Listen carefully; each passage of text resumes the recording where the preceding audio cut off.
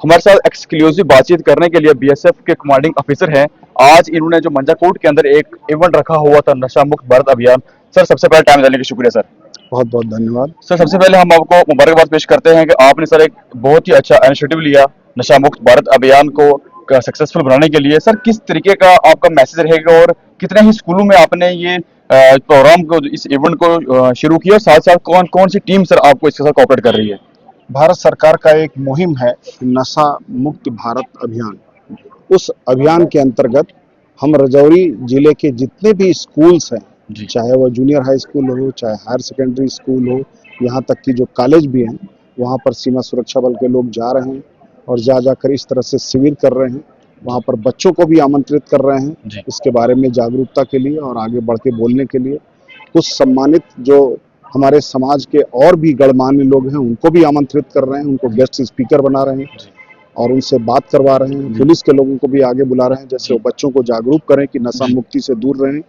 और वो जो सम्मानित सदस्य हैं हमारे समाज के, उनको इसलिए आमंत्रित कर रहे हैं कि बच्चों को जब वो बात करेंगे, अपनी भाषा में बात करेंगे, अपने अनुभवों के साथ बात करेंगे, तब बच्चों को उस विषय की गंभीरता समझ में आएगी।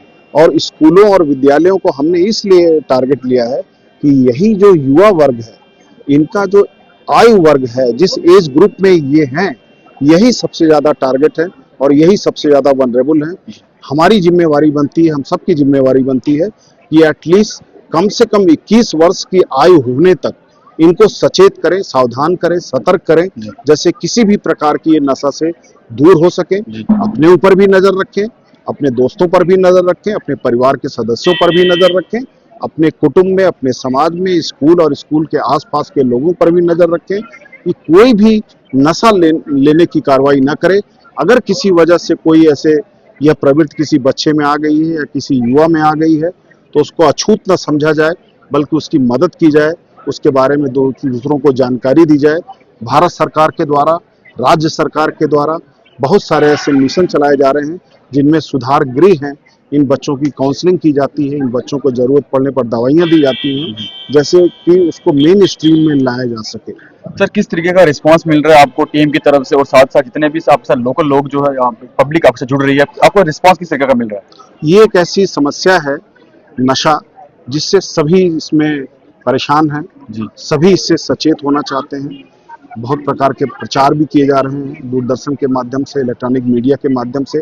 तो इसलिए जब हम इस शिविर को आयोजित करते हैं और समाज के बीच में जाते हैं, स्कूलों में जाते हैं, परिवार के बीच में जाते हैं, तो वह बड़े प्रसन्न होते हैं, आगे बढ़ते हैं, हमारी मदद करते हैं और उसमें हमारे साथ कंधे से कंधा मिलाकर इस मुहिम में चलते हैं। जैसे कि नशा मुक्ति भारत अभियान जो है, उसमें सभी लोगों का योगदान होता है और बहुत बढ़िया योगदान मिल रहा है।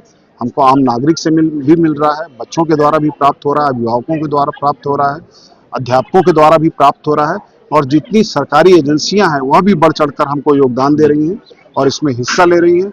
और इस मुहिम में हम सब मैं समझता हूँ और जो मैं देख रहा हूँ, जो जमीन पर मुझे परिणाम मिल रहा है, उसमें बड़ी कामयाबी प्राप्त हो रही है। सर, जितने भी यूथ आपको इस वक्त देख रही है, आपका उनके लिए क्या मैसेज रहेगा?